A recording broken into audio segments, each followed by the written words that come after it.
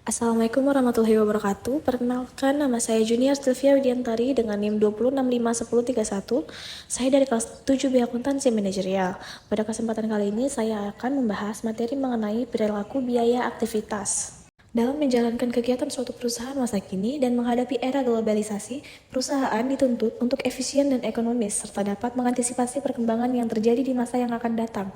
Hal ini sangat penting karena dalam persaingan global hanya perusahaan yang menjalankan kegiatan atau beroperasi secara efisien, ekonomis, dan produktif yang mampu memenangkan persaingan. Salah satu unsur penting dalam memenangkan persaingan adalah kemampuan untuk menurunkan biaya tanpa mengorbankan mutu. Maka, tidak berlebihan apabila dikatakan para manajer perlu memahami dengan benar masalah yang berkaitan dengan pembiayaan, terutama mengenai perilaku biaya. Kemudian, apa sih itu perilaku biaya? Jadi, perilaku biaya ini merupakan suatu gambaran aktivitas perusahaan di mana aktivitas tersebut menunjukkan suatu kegiatan naik turunnya suatu operasional perusahaan. Sehingga, ketika biaya yang dikeluarkan terlalu banyak daripada aktivitas tersebut, hal ini akan menjadi suatu kerugian bagi perusahaan di masa yang akan datang. Penggolongan biaya sesuai dengan perilaku biaya merupakan faktor kunci yang sangat penting di dalam menaksir biaya masa depan dan sangat bermanfaat untuk pengambilan keputusan.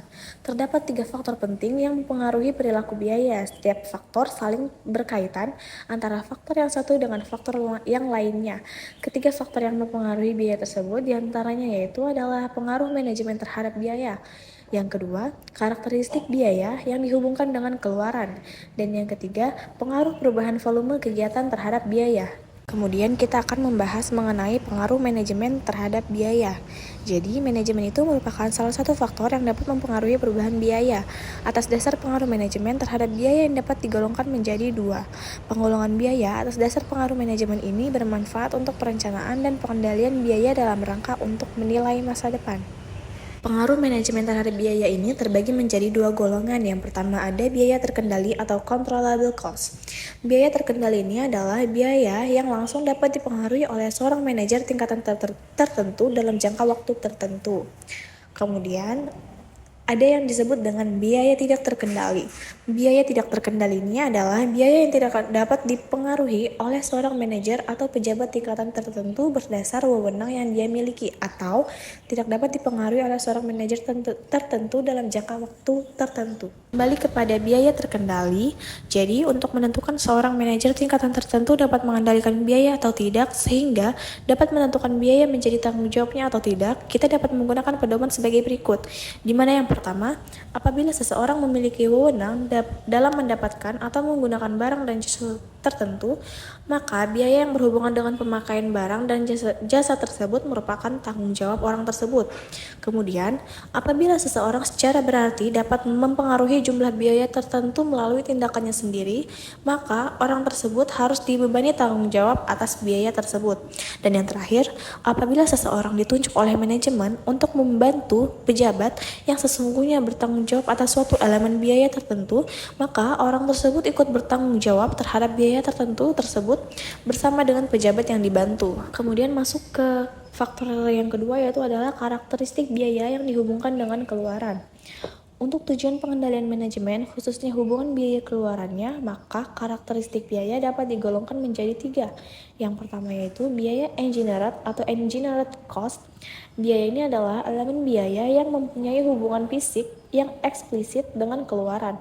Untuk menentukan hubungan fisik yang eksplisit antara biaya dengan keluaran dapat dibagi menjadi 2, yaitu dengan menggunakan analisis engineering dan selanjutnya dapat dengan menggunakan analisis biaya historical. Kemudian golongan karakteristik yang kedua yaitu adalah biaya discretionary atau discretionary cost. Biaya discretionary cost atau managed cost adalah meliputi semua biaya yang tidak mempunyai hubungan yang akurat dengan keluaran. Biaya discretionary cost ini diperlukan untuk menghasilkan keluaran yang bermanfaat bagi perusahaan, tetapi keluaran tersebut tidak memberikan hubungan yang akurat dengan masukan. Kemudian, golongan yang ketiga yaitu adalah biaya committed cost ini adalah meliputi biaya yang terjadi dalam rangka untuk mempertahankan kapasitas atau kemampuan organisasi dalam kegiatan produksi, pemasaran, maupun administrasi. Kemudian masuk ke faktor yang ketiga atau faktor yang terakhir itu adalah pengaruh perubahan volume kegiatan terhadap biaya. Atas dasar pengaruh perubahan volume terhadap biaya, biaya tersebut dapat digolongkan menjadi 3, yaitu yang pertama ada biaya tetap, yang kedua ada biaya variabel, dan yang ketiga ada biaya semi variabel. Untuk biaya tetap ini adalah biaya yang memiliki karakteristik seperti berikut, yang dimana diantaranya yaitu biaya tetap itu jumlah totalnya tetap atau konstan. Ia tidak dipengaruhi oleh perubahan volume kegiatan atau aktivitas dengan tingkatan tertentu. Kemudian biaya tetap persatuan berubah berbanding terbalik dengan perubahan volume kegiatan. Semakin tinggi volume kegiatan, maka semakin rendah biaya satuan. Yang kemudian semakin rendah volume kegiatan, maka semakin tinggi biaya satuan. Kemudian jenis biaya yang kedua yaitu adalah biaya variabel. Biaya variabel ini adalah biaya yang memiliki karakteristik seperti berikut ini, yaitu biaya yang jumlah totalnya berubah secara sebanding dengan perubahan volume kegiatan. Yang kemudian, biaya variabel persatuan ini tidak dipengaruhi oleh perubahan volume kegiatan. Jadi, biaya satuan ini konstan. Kemudian biaya yang ketiga itu adalah biaya semi variabel. Biaya semi variabel ini adalah biaya yang memiliki karakteristik seperti biaya tetap dan biaya variabel. Biaya semi variabel ini jumlah totalnya berubah sesuai dengan perubahan volume kegiatan, akan tetapi sifat-sifat perubahannya tidak sebanding. Yang kemudian, biaya semi variabel persatuannya ini berubah terbalik dihubungkan dengan perubahan volume kegiatan, tetapi sifatnya tidak sebanding. Kemudian, karena sifatnya biaya semi variabel ini merupakan campuran antara biaya tetap dan biaya variabel, maka untuk memisahkan biaya semi variabel ke dalam biaya tetap dan biaya variabel dapat digunakan beberapa pendekatan pemisahan yang meliputi diantaranya yang pertama adalah pendekatan intuisi. Pendekatan intuisi atau metode intuisi menggolongkan biaya ke dalam biaya tetap dan biaya variabel dengan meneliti kegiatan. Misalnya kegiatan produksi, adanya surat-surat keputusan manajemen dan kontrak-kontrak perjanjian dengan pihak lain. Kemudian, pendekatan yang kedua adalah pendekatan engineering. Pendekatan engineering ini adalah metode estimasi biaya dengan cara mengidentifikasikan hubungan fisik antara kegiatan, misalnya kegiatan pabrik, dengan biaya jika ada hubungan fisik yang sifatnya langsung antara kegiatan dan biaya, yaitu naiknya kegiatan diikuti secara langsung oleh kenaikan biaya atau penurunan kegiatan yang diikuti secara langsung oleh penurunan biaya, maka biaya tersebut adalah biaya variabel. Kemudian, pendekatan yang ketiga adalah pendekatan perilaku biaya sesungguhnya masa lalu.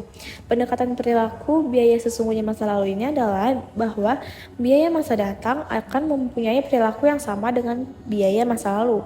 Jika ada perubahan yang cukup besar terhadap mesin-mesin atau metode produksi atau produk diolah atau kondisi eksternal yang mempengaruhi perusahaan, maka data biaya masa lalu yang dicatat oleh akuntansi tidak mencukupi untuk menaksir biaya masa depan. Oke teman-teman, sekian materi yang dapat saya sampaikan. Apabila ada kesalahan kata, kurang lebihnya saya mohon maaf. Wassalamualaikum warahmatullahi wabarakatuh. Terima kasih.